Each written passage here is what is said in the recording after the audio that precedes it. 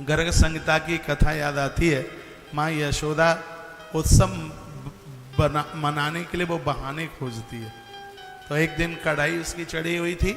एक गोपी ने पूछा, माँ आज कौन सा उत्सव है?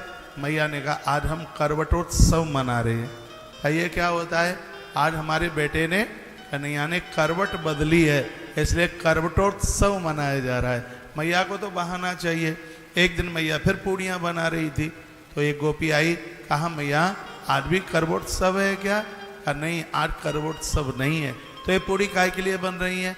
मैया कहती है, आज छींकोत्सव है, आज हमारे बेटे को पहली बार छींक आई है। भगवान के उत्सव मनाने के लिए तो आप बहाने खोजते रहिए, यही जिंदगी है, यही आनंद है।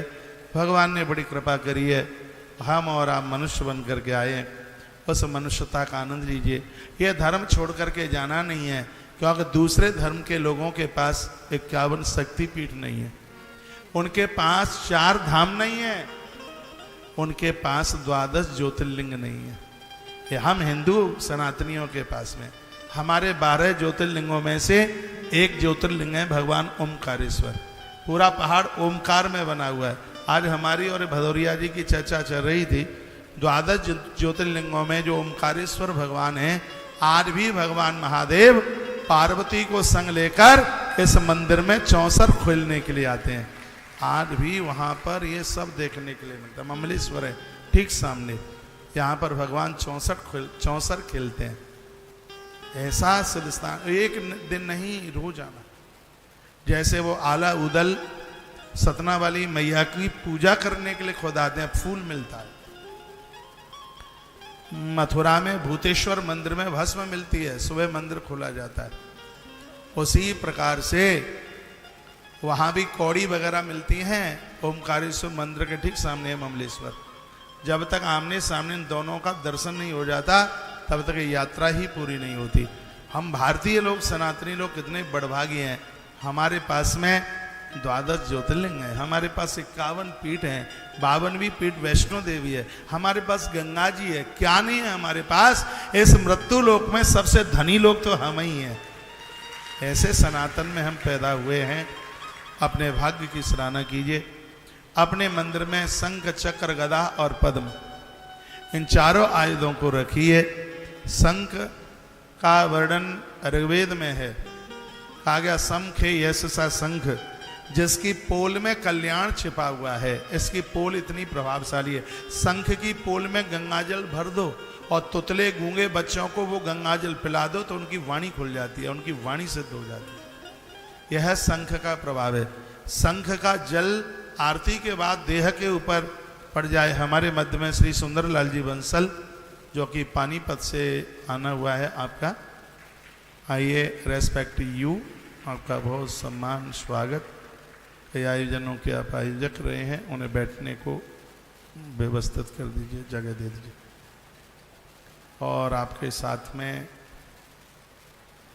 आइए, आइए इधर आ जाइए, एक बार जयकारा लगाइए, बोलो बांके बिहारी लाल की जय हो, श्री हनुमान जी महाराज की जय हो, जय जय श्री राधे श्री राधे श्री राधे श्याम।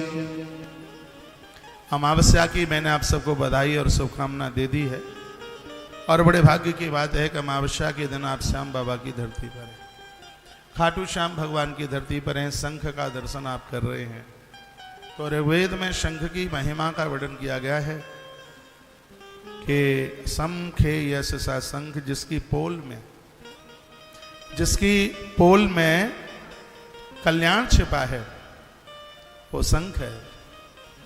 चक्र के द्वारा भगवान भक्तों की रक्षा करते हैं, कौमदी गदा के द्वारा वो दुष्टों का मर्दन करते हैं, और कमल के फूल के द्वारा वो भक्ति सिद्धांतों का प्रवचन करते हैं, विस्तार करते हैं।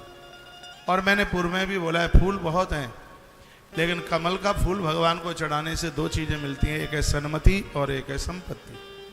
किन्हीं के बच्चे यदि असमर्थ हैं, बोलने में असमर्थ हैं, और उनकी बिल्कुल मेमोरी ताकत बहुत कमज़ोर है, विचार की ताकत उनके पास में बहुत कमज़ोर है, मैं आपको कहना चाहूँगा, एक दिया महादेव को जलाकर कमल का फूल भगवान को चढ़ाइए।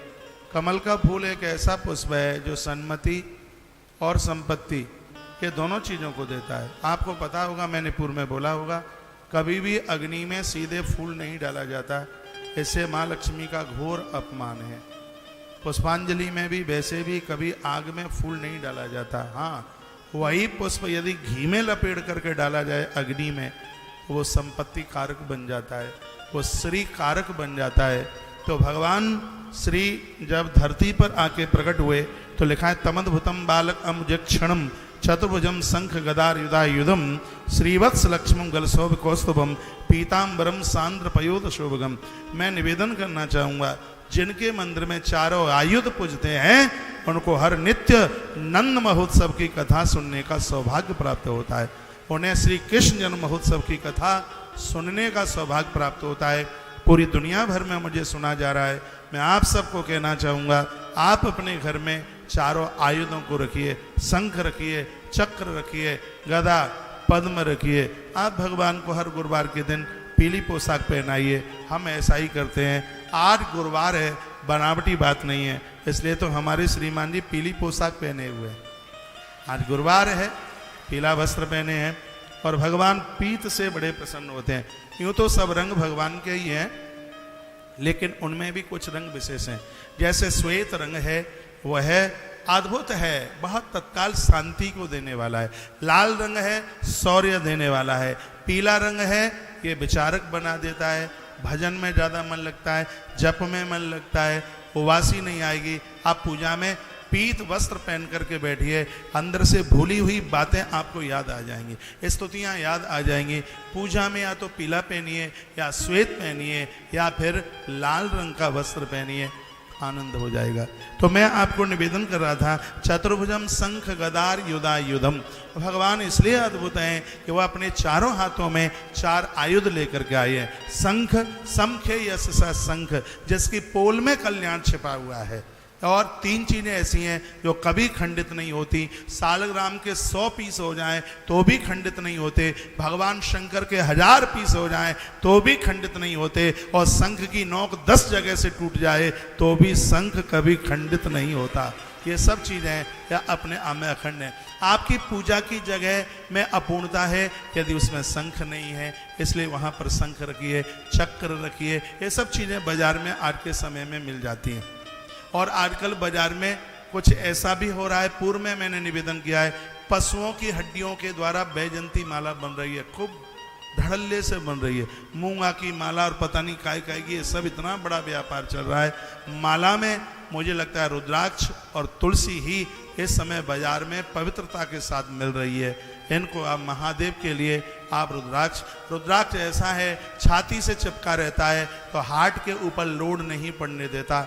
तुलसी ऐसी है, इसको आप कंठ में जब आप धारण करते हैं तो जब पद्म पुराण में लिखा है, जब पानी आप पीते हैं तो गिलास में पानी रहता है, जिसके कंठ में तुलसी है, कंठ में पानी पहुंचते ही अमृत का रूप धारण कर लेता है। ये तुलसी का महात्म्य कल मैंने आपको सुनाया, ये महिमा कल मैंने आपको सुनाई है।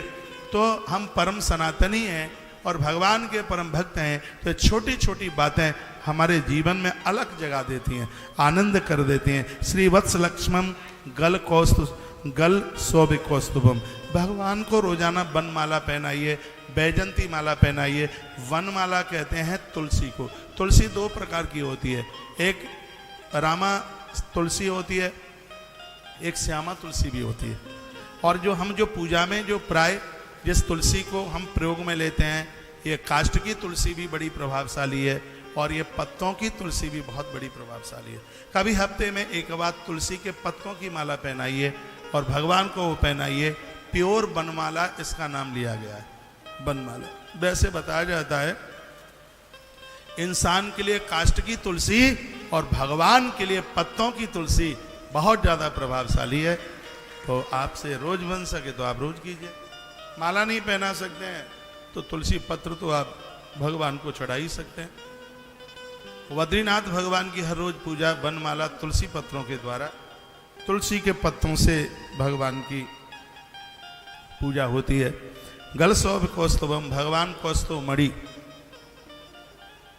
अपने कंठ में पहन करके आए, कल आप सुन रहे थे। बालक इसलिए अद्भुत है क्योंकि पीताम्बरम, दुनिया के बच्चों का जन्म होता है तो देह पर वस्त्र नहीं होता, और भगवान आकर के प्रकट होते हैं तो भगवान की देह के ऊपर पीला पीतांबर था। इसलिए भगवान सुखदेव कहते हैं कि बालक अपने आप में बड़ा अद्भुत है। माता देवकी ने देखा और वसुदेव जी महाराज ने भगवान की स्तुति करी, मैया देवकी ने भी भगवान की स्तुति करी। कई श्लोकों में तो सुखदेव वसुदेव जी ने स्तुति की है। कहा है कि विदितोऽसि भवान साक्षात् पुरुषे प्रकृति पर केवलानुभवानंद स्वरूप सर्वबुद्धि दृक्। आपके घर में यदि श्रीमद् भागवत जी है तो भागवत जी का 10वें स्कंद अध्याय नंबर 3 और श्लोक नंबर 13 से लेकर के 22 तक वसुदेव जी ने जो भगवान की स्तुति की है उसका वर्णन है भागवत जी में। जो इस स्तुति का पाठ करते हैं तो भगवान किसी न किसी रूप से अपने भक्त के घर में चल करके आ जाते हैं। चाहे वो आपका बेटा बन के आ जाएगा, चाहे आपका भैया बन करके आ जाएगा, चाहे और कुछ बन करके आ जाएगा। यह स्तुति अपने आप में बड़ी अद्भुत है।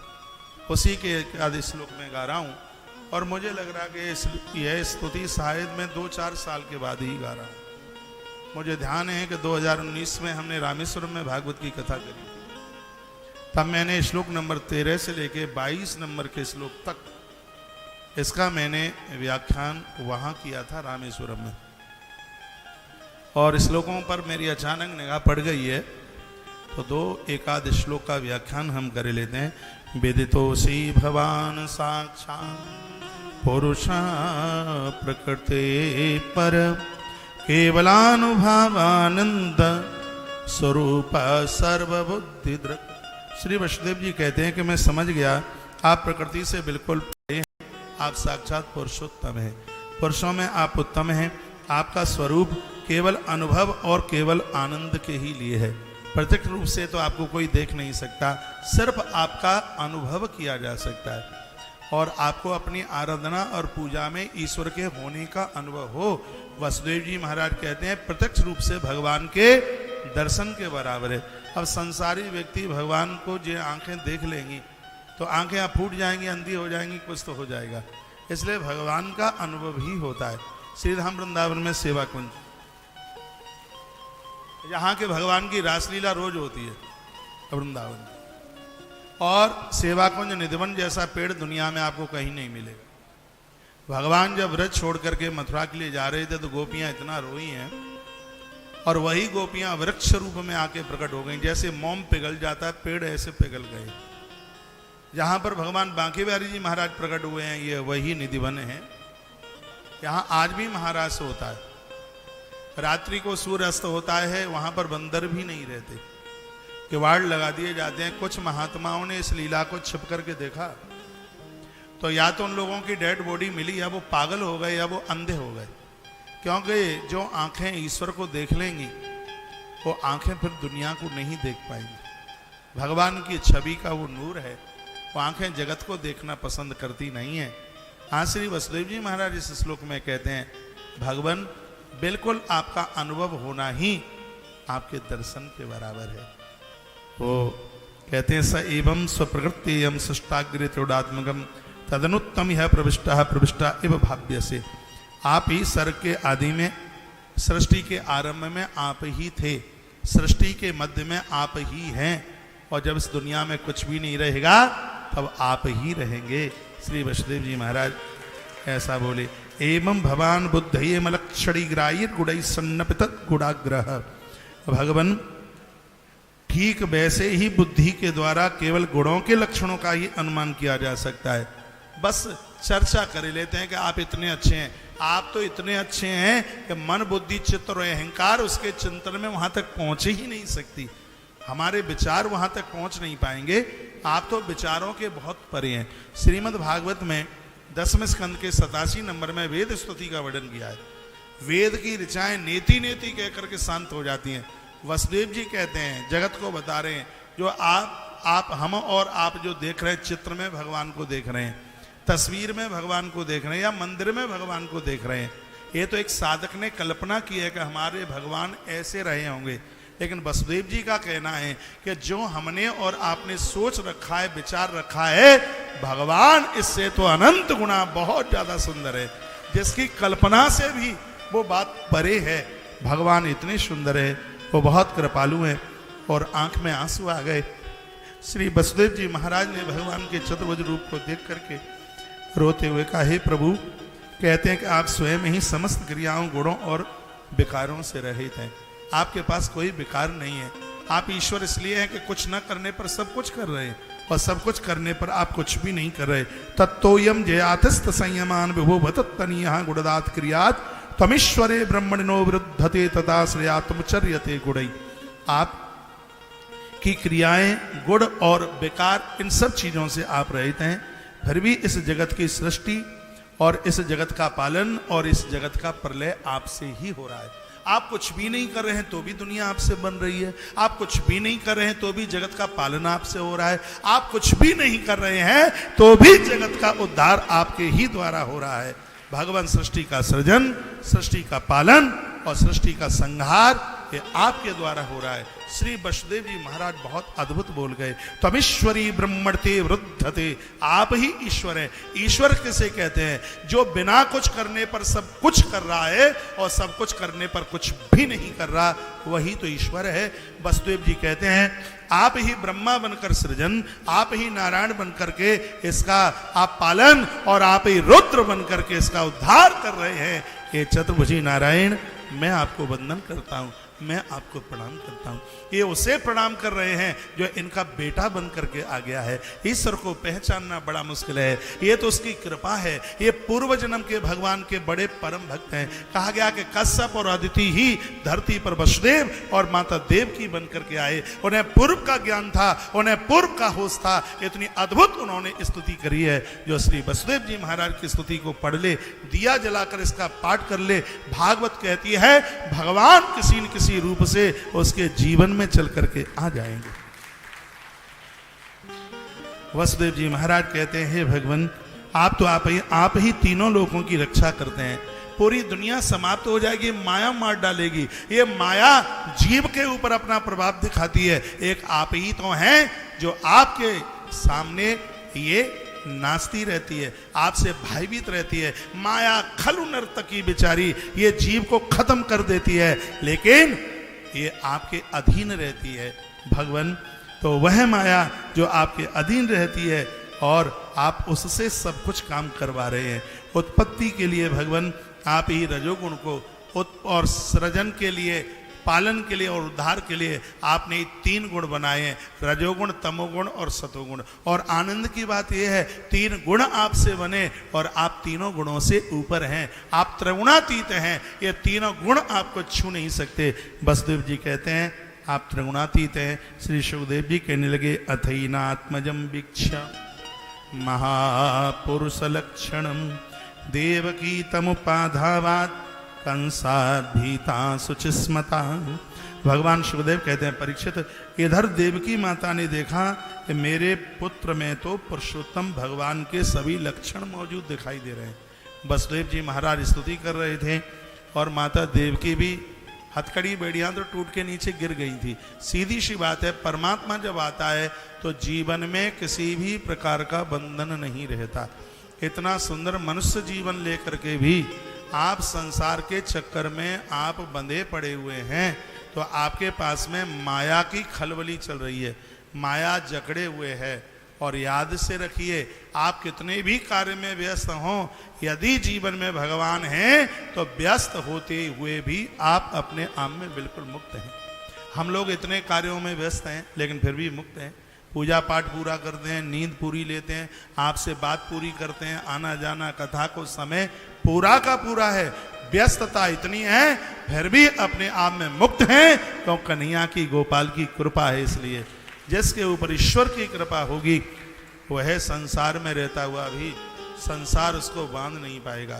कारागृह में कंस ने डाल रखा था, लेकिन भगवान आए तो हथकड़ी बेड़ियां टूट के नीचे गिर गई। सीधा सा सिद्धांत है, जिंदगी में भगवान होगा तो व्यक्ति मुक्त होगा, और जीवन में माया होगी तो व्यक्ति बंधा हुआ होगा। घर गृहस्थी के काम कीजिए, कौन कहता है ना करो। आपसे ज्यादा तो जनक महाराज व्यस्त थे, पूरा उनका राजपाट चलता है। महाराज जनक की कथा बड़ी अद्भुत है। सुखदेव जी महाराज के गुरु हैं। सुखदेव जी को उनके पिताजी ने, देवी भागवत में कथा आती है, कह दिया जाओ कुछ ज्ञान लेकर के आओ। ज्ञान में ही आदमी बनता है, प्रखर होता है। 3 दिन तक उंगली के ऊपर कटोरा रखे रहे थे पानी का, उंगली के ऊपर।